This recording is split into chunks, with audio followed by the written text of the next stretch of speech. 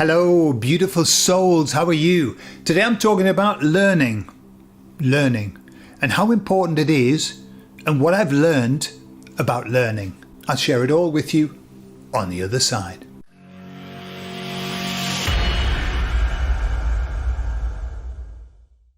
So let's start by talking about how I see learning and what I've noticed about the way that I learn.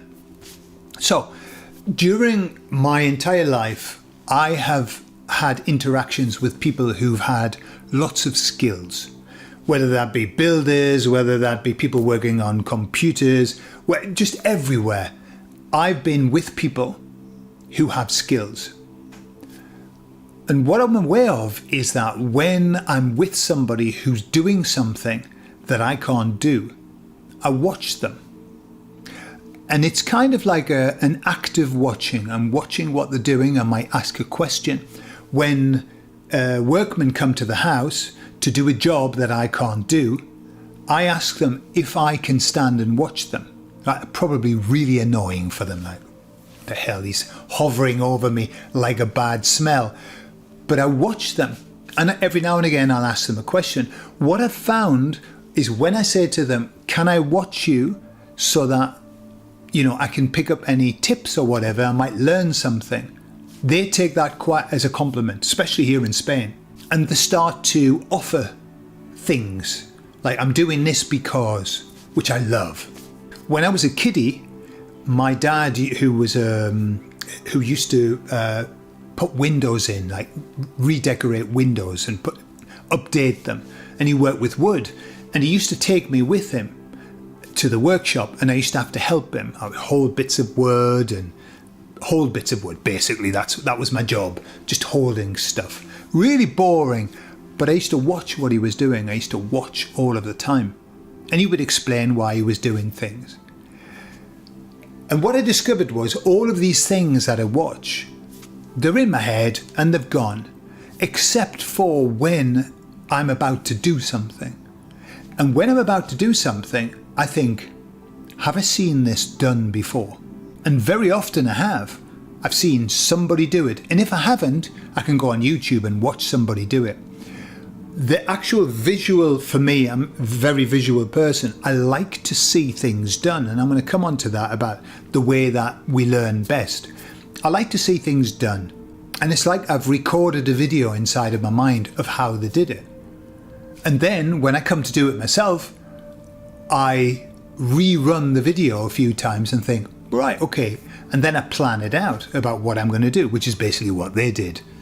Sometimes I change it, sometimes I'll make it better, sometimes I do it very badly because maybe I misunderstood what I saw, or maybe I haven't got the skills yet to be able to do it like they did.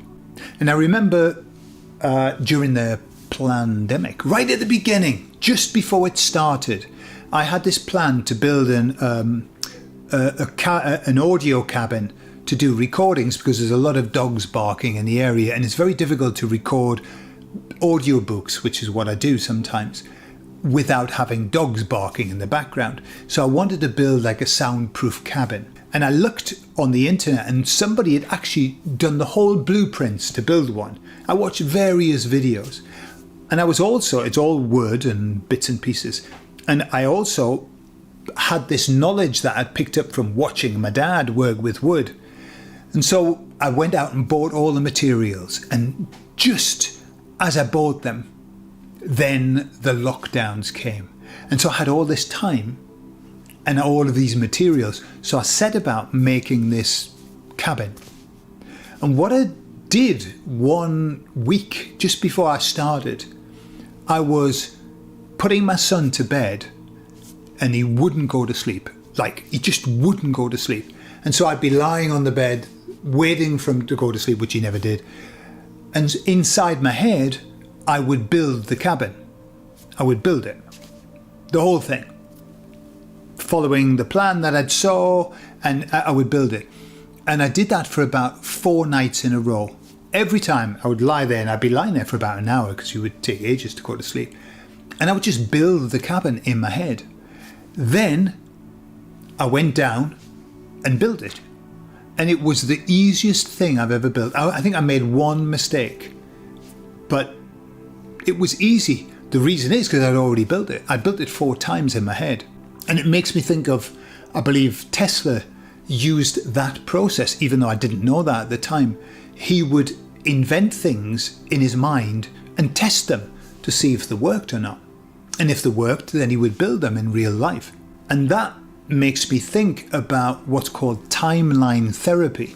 Timeline therapy is where you can change the past and you can also invent the future. And part of the process is going into the future in kind of a hypnotic state and building what it is that you want in your future, placing it on the timeline, looking at it, designing it, whatever it is. And that works really well as well. And basically I didn't realize, but that's what I was doing. I was doing timeline therapy while I lay on the bed in a state of, please God, let my son go to sleep at some point. And I was placing what I wanted in my timeline. And then I went and manifested it. And lately my son, he's got a new computer and everything. He's a bit of a gamer.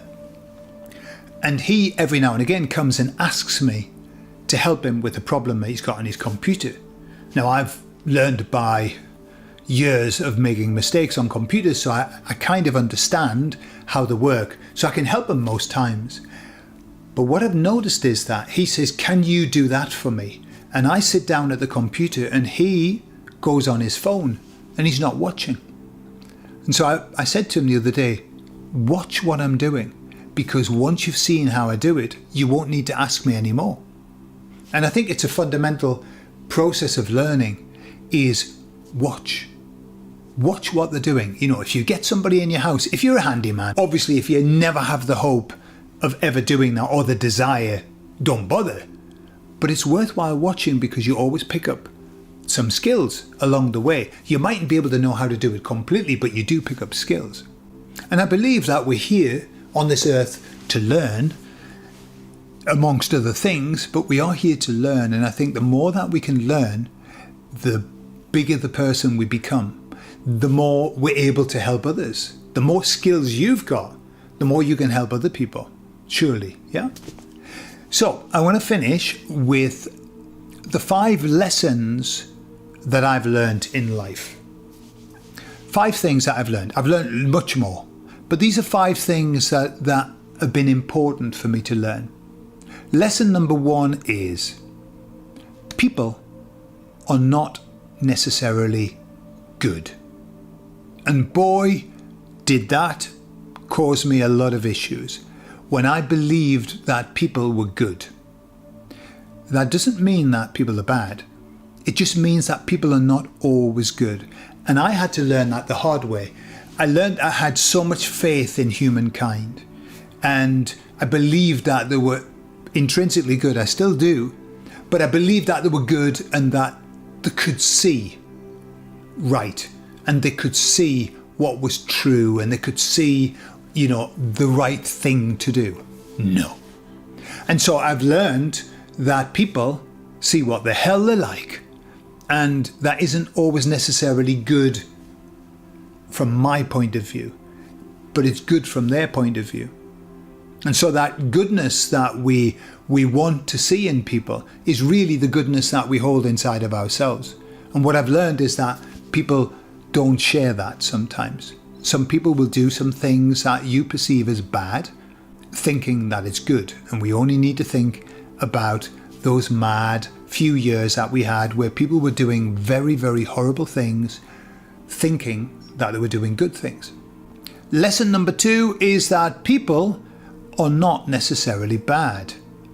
And I know I've just talked about them not necessarily good. People aren't bad. People aren't all bad.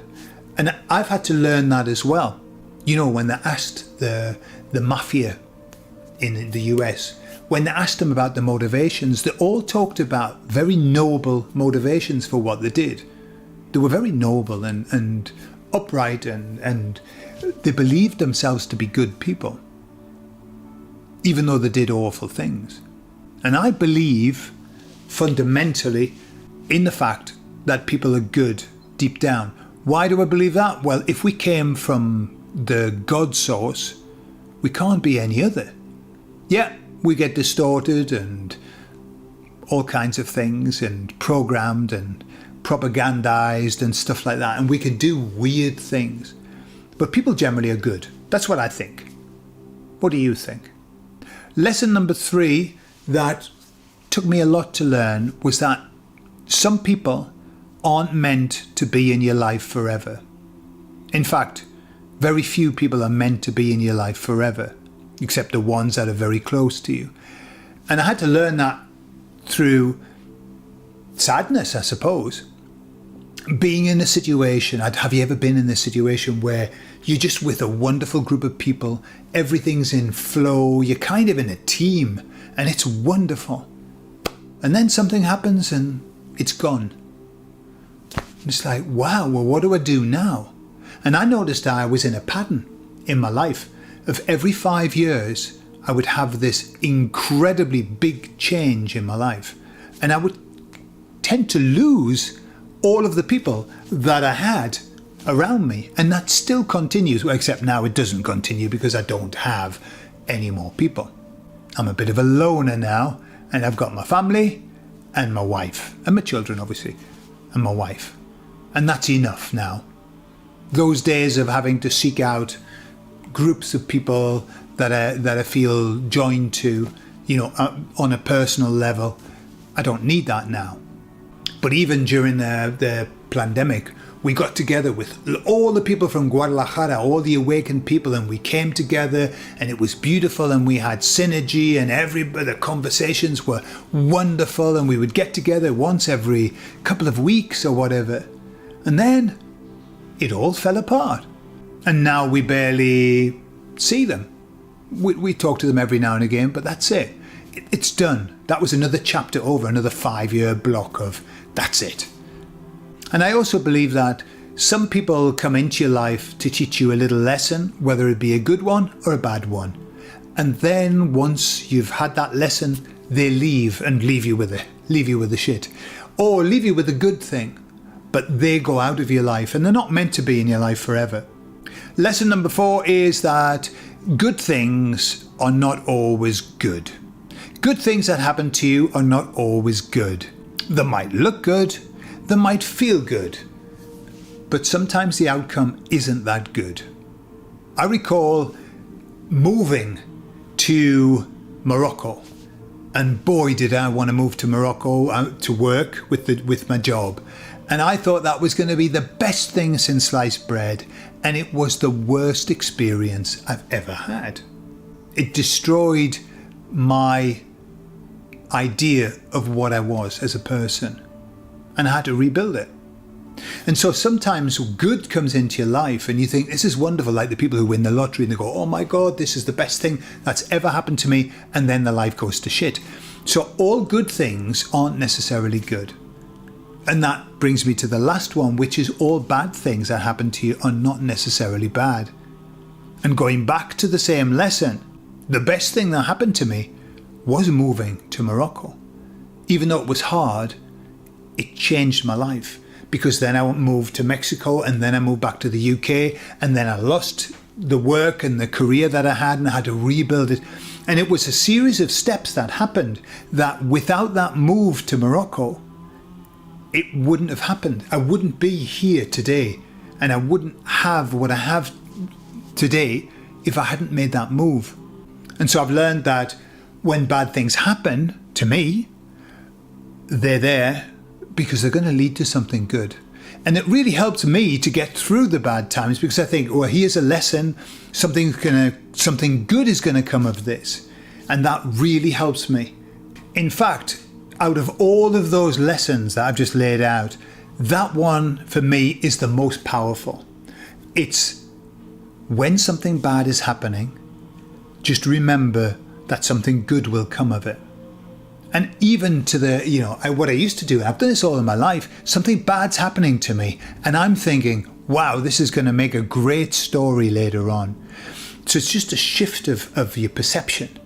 But I know now, given all of the years that I've made my mistakes and done stuff and terrible stuff's happened to me, every single time something good has come out of it. And I know that the fact that I'm still here means that it wasn't so bad. It was okay. And the fact that I'm here and happy means it was exactly what had to happen. What do you think? Give me your opinions in the comments. What do you think? Do you think my beliefs are something that you share, or do you not agree with them? I'd be interested to know. I love you all. See you all later.